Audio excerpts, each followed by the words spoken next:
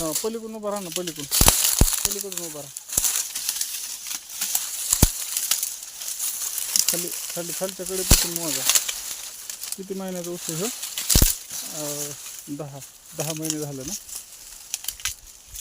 10 महिने झालं ना? हो 10 महिने.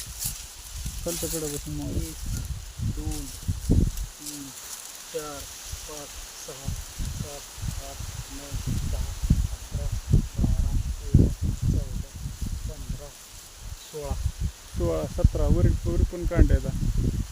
तो एक पाचट वाढा ना.